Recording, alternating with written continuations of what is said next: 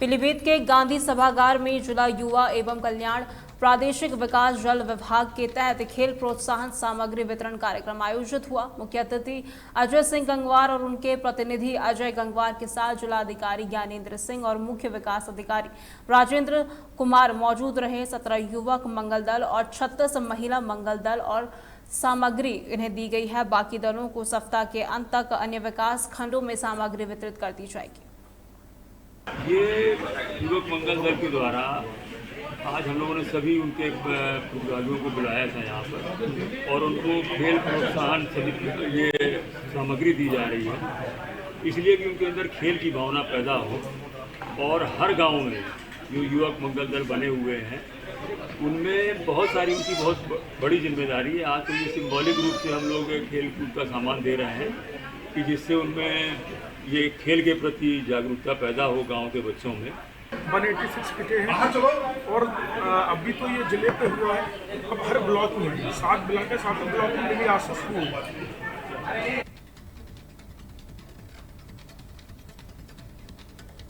श्रावस्ती में फर्जी दस्तावेजों के जरिए नौकरी हासिल करने वाले 6 शिक्षकों को बर्खास्त कर दिया गया है। बेसिक शिक्षा अधिकारी अजय कुमार ने इन शिक्षकों के खिलाफ मुकदमा दर्ज कराने का निर्देश दिया है। अब तक जिले में 60 शिक्षक फर्जीवाड़े के कारण बर्खास्त हो चुके हैं, लेकिन अभी तक इनसे कोई रिकवरी नहीं हुई है। जांच में फर्जी दस्तावेजों का सिलसिला लगातार सामने आ रहा है। कुल श्रावस्ती में 6 प्राथमिक विद्यालय के सहायक अध्यापकों के विरुद्ध बर्खास्तगी की कार्रवाई की गई है। इनके डॉक्यूमेंट्स कुछ फर्जी थे, जिनकी जांच कराई गई, जिसमें जांच में सिद्ध हुआ कि ये डॉक्यूमेंट्स फर्जी हैं। तो ऐसे 6 लोगों को बर्खास्त कर उनके खिलाफ FIR की कार्रवाई की जा रही है। बलिया के बांसडिया में एक युवक राकेश शाह की बिजली का काम करते समय करंट लगने से मौत हो गई। पोस्टमार्टम के बाद परिजनों ने बांसडिया तिराहे पर शव रखकर मुकदमा दर्ज कराने और मुआवजे की मांग को लेकर सड़क जाम कर दिया। भीड़ ने पुलिस पर पथराव करना शुरू कर दिया, जिसके जवाब में पुलिस को लाठी चार्ज करना पड़ा।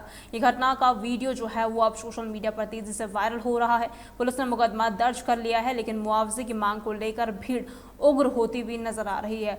अपर पुलिस अधीक्षक अनिल कुमार झा ने बताया कि स्थिति नियंत्रण में है। कल शाम थाना बांसडी के कस्बा बांसडी निवासी राकेश शाह पुत्र सत्येंद्र दुल्हा, जो बिजली मिस्त्री का काम करता है, उसे कस्बे के ही संजीव पांडे ने अपने घर पे बिजली के काम करने के लिए बुलाया था, जहां उसे करंट लग गया, जिसके बाद उसे CSC लाया गया, जहां उसकी मृत्यु हो गई। थाना बांसडी पुलिस को सूचना प्राप्त हुई, मौके पर पुलिस बल पहुंचे।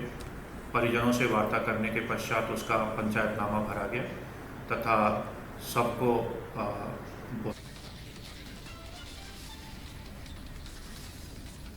उत्तर प्रदेश माध्यमिक शिक्षा संघ मिर्जापुर के शिक्षकों ने जिला विद्यालय निरीक्षक कार्यालय पर धरना प्रदर्शन किया। शिक्षकों का कहना है कि उनकी पदोन्नति ACP और NPC से संबंधित समस्याओं का समाधान नहीं हो रहा है। NPS में 10% और शासन स्तर पर 14% कटौती हो रही है, लेकिन इसका हिसाब नहीं मिल पा रहा है। कछुआ के 2 शिक्षकों की फाइल 1 साल से लंबित है। शिक्षकों ने जिला विद्यालय निरीक्षक से कई बार पत्राचार किया, लेकिन कोई कार्रवाई नहीं हुई।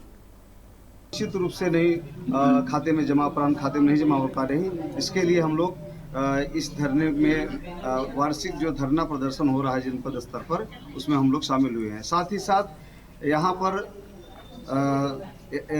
क्या नाम से चयन वेतनमान, प्रोन्नत वेतनमान और कर्मचारियों के ACP संबंधित तमाम समस्त पत्रावलियाँ यहाँ पर लंबित हुई हैं।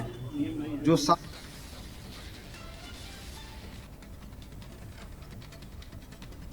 मुरादाबाद के थाना बिलारी क्षेत्र के गांव ढकिया नरू में धान के खेत के किनारे 35 वर्ष अज्ञात युवक का शव मिलने से हड़कंप मच गया। ग्रामीणों की सूचना पर पुलिस और फॉरेंसिक टीम मौके पर पहुंची। जांच में शव की पहचान कृष्णवीर सिंह के रूप में हुई है। शव के दाहिने पैर के अंगूठे पर हल्की सी चोट के निशान भी मिले हैं, लेकिन शरीर पर अन्य कोई चोट नहीं थी। पुलिस ने शव को पोस्टमार्टम के लिए भेज दिया है। ये देखिए, आज सुबह थाना बिलारी क्षेत्र के ढकिया नरू गांव में एक धान के खेत में पानी भरा हुआ था। उसमें एक सूचना प्राप्त हुई कि एक व्यक्ति का जो शव है वो उस धान के खेत में पड़ा हुआ है। इसमें थाना बिलारी की पुलिस वहाँ पे मौके पे पहुंची तथा पाया कि एक व्यक्ति हैं जिनकी उम्र करीब 35 वर्ष के आसपास है। इनका शव जो है वहाँ पे खेत में पड़ा हुआ मिला। इनकी शिनाख्त हुई है। यहाँ पे इनके जो मृतक हैं ये थाना कुड़ फतेहगढ़ के रहने वाले हैं। फिलहाल इनके परिजनों को सूचना दे दी है जो कि मौके पे आए एवं उन्होंने शव को पहचान लिया है।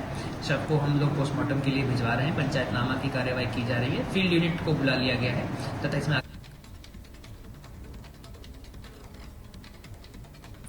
बांदा शहर के शंकर नगर, आजाद नगर, लोहिया पुल और रेलवे लाइन के पास के मोहल्लों में जलभराव के कारण लोग बीमारियों से परेशान हैं। नगर पालिका की लापरवाही के खिलाफ कांग्रेस प्रतिनिधि मंडल और स्थानीय लोगों ने जिलाधिकारी से शिकायत की। कई शिकायतों के बावजूद जलभराव की समस्या जस के तस बनी हुई है। लोगों ने चेतावनी दी है कि अगर एक हफ्ते में समाधान नहीं हुआ तो वे अनशन और प्रदर्शन भी करेंगे।